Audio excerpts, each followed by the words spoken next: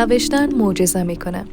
جمله‌ای که در اکثر کتاب‌ها و یا ویدیوهای توسعه فردی که خواندم و دیدم مواجه شدم. یکی از چیزایی که برای شخص خودم همیشه جالب بوده، این هست که در اکثر کتاب‌ها و مصاحبه‌هایی که از افراد موفق می‌بینم و حتی صحبت‌هایی که از اشخاص موفق میشنوم، همگیشان به نوشتن تاکید دارن. بعضی‌هایشان ادعا دارن نوشتن آرزوها و چیزهایی که دوست داری داشته باشی تو را به اونا میرسانه، چون در ذهن ما ثبت میشه و ناخودآگاه مسیر ما به سمت اهداف ما تغییر میکنه. اما درک این موضوع هم از قبل و هم در حال حاضر برای خودم مشکل است، چون عقیده‌ام بر این است که باید برای رسیدن به چیزهایی که می‌خواهیم تلاش کنیم و قرار نیست نوشتن به تنهایی معجزه کنه. شاید هم واقعا همین رقم باشه، اما من خودم به این نتیجه نرسیدم و همون رقم که گفتم درکش برای مشکل است. اما این موضوع را منکر نمیشم که نوشتن بسیار مفید و کمک کننده است. یکی از فوایدی که نوشتن داره تمرکز ذهنی است.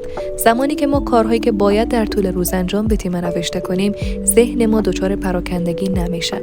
یا اگر بخوایم ساده‌تر بگویم، دائم در ذهن ما درگیر این استیم که اول این کارا باید انجام بدم.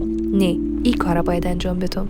وای این کار من مانده و در آخر هم میبینی که هیچ کدامشان انجام ندادی. زمانی که لیست کارهای نوشته کنی میتونی با ذهن متمرکز سراغشان بری و زودتر و راحت‌تر انجامشان بدی. جدای از این نوشتن باعث آرامش ذهنی هم میشه. شاید برای شما هم پیش آمده باشه که از چیزی ناراحت باشین و یا اتفاقی افتاده که کل روز درگیرش هستین و باعث حواس پرتی میشه.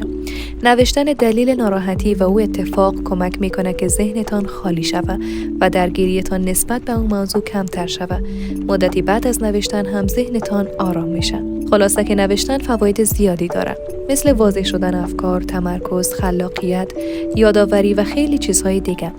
اما بزرگترین فایده‌ای که برای خودم داشت جلوگیری از اتلاف وقت بود. هر شب قبل از خواب کارهایی که باید انجام بدم نوشته می‌کردم و کارهایی که همون روز انجام دادم را هم بررسی می‌کردم و در آخر به این نتیجه می‌رسیدم که چقدر زمان از دست دادم و صرف کارهای غیر مفید و غیر ضروری کردم. و مهمتر از همه، این کارهای غیر ضروری برایم به یک عادت بد تبدیل شده بود. پس یکی یکی شروع کردم به حذف عادت‌های بد و بعد از گذشت یک مدت دیدم هم وقت کافی برای انجام کارهایم دارم، هم عادت‌های بد من حذف کردم. تشکر که تا پایان ویدیو همراه من بودی. من بهار هستم و در اینجا تجربیاتم و چیزهای جدیدی که یاد میگیرم و با شما به اشتراک میمانم. در این مسیر با من همراه باش.